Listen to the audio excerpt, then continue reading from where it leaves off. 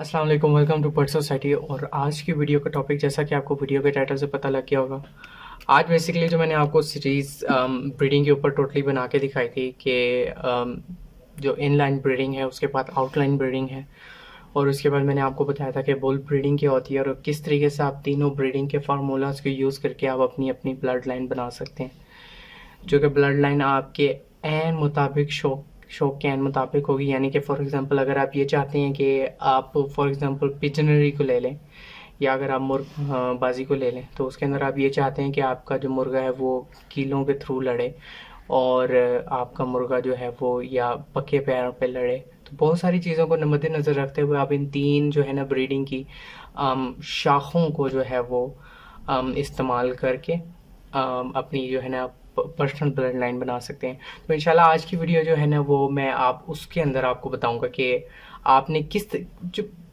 Cross breeding है वो क्या है, और क्रॉस ब्रीडिंग जो है वो किस तरीके से आप अपनी ब्रीडिंग के अंदर दाखिल कर सकते हैं, और अगर आप ना भी करना चाहें तो किस तरीके से क्रॉस ब्रीडिंग करवा के आप जो है एक नई चीज़ तैयार कर सकते हैं, जो कि बहुत ज़्यादा बेहतर भी हो सकती है और बहुत ज़्यादा मुश्किल, उसको पालना मुश्किल भी हो सकता है, वो ख़राब भी हो सकती है, उसके अनसक्सेसफुल रेट भी ज़्यादा है। तो ये आप पे डिपेंड करता है कि आप किस चीज़ की क्रॉस ब्रीडिंग करवा रहे हैं, क्या उसके ऊपर पहले रिसर्च की गई है कि नहीं। तो चलें शुरू करते हैं, क्रॉस ब्रीडिंग क्या है।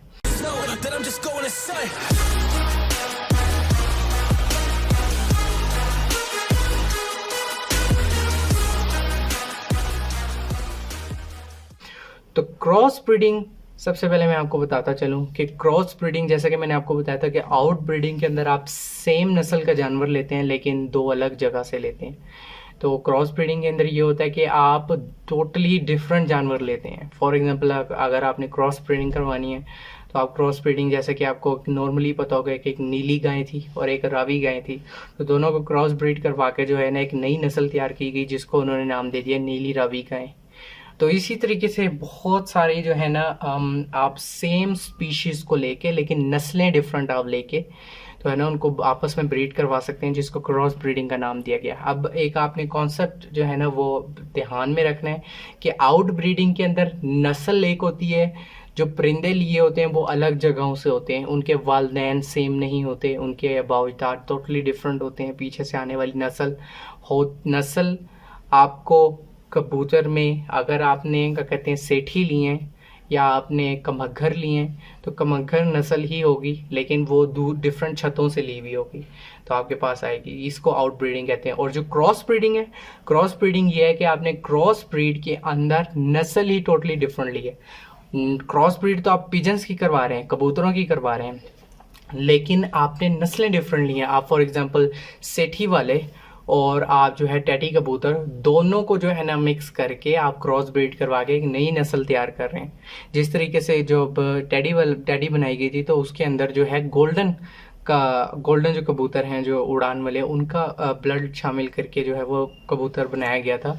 तो इसी तरीके से जोन्सरे और गोल्डन कबूतरों का जब आप मिक्सर करवाते हैं, क्रॉस ब्रीड करवाते हैं, तो आपका टैडी कबूतर बनता है। तो इसी तरीके से जो क्रॉस ब्रीडिंग होती है वो स्पीशीज़ सेम होती है, यानी कि अगर कबूतर लिए हैं तो कबूतरों के अंदर दो अलग नस्लों को मिला के जो है तीसरी नस्ल बनाई जाएगी।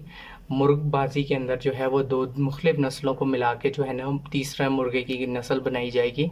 तो इस चीज़ को जो है ना क्रॉस ब्रीडिंग करवाते हैं, और ये टोटली आउट ब्रीडिंग से, आउटलाइन ब्रीडिंग से डिफरेंट होता है। तो चलें इसके फ़ायदे कर लेते हैं। तो आउट ब्रीडिंग के अंदर चूंकि पहले रिसर्च नहीं की गई होती, एक नई नस्ल नहीं बनाई होती, तो सबसे पहले इसके एडवांटेजेस का डिस्कस कर लेते हैं, फिर उसके बाद फ़ायदे। तो सबसे पहले मैं आपको डिसएडवांटेजेस बता दूं कि जो डिसएडवांटेजेस हैं उसके अंदर बेसिकली ये है कि आपने जो नस्ल बनाई, ठीक है, आपको उसके रिजल्ट का टोटली नहीं पता लगेगा कि क्या आपका रिजल्ट आएगा जब तक कि आप उसको जो है करके ना देख लें। फॉर एग्जांपल आपने 1 किलो वाला मुर्गा लिया और आपने पके पैर का मुर्गा लिया, दोनों को आपने नस्ल को जो है वो क्रॉस ब्रीड करवाया। तो क्रॉस ब्रीड करवाने से आपको नहीं पता लगेगा कि मुर्गा जो है कील भी मारेगा और पके पैर भी मारेगा। या तो ये आपके फ़ायदे के तौर पे भी जा सकता है या आपको नुकसान के तौर पे भी जा सकता है, लेकिन इस चीज़ का आपको तब तक नहीं पता लगेगा जब तक वो मुर्गा आपका पूरा तैयार। फॉर एग्जांपल आपने क्रॉस ब्रीडिंग करवा ली, चूज़े के लिए पहले आपने मेहनत की, 28 दिन 21 दिन का प्रोसेस, चूज़े निकला। फिर उसके बाद साल का प्रोसेस कि उसको बड़ा किया, उसको तैयार किया, उसके बाद उससे लड़वा के देखा, फिर आपको जाके पता लगेगा कि क्रॉस ब्रीडिंग का रिजल्ट क्या आया है।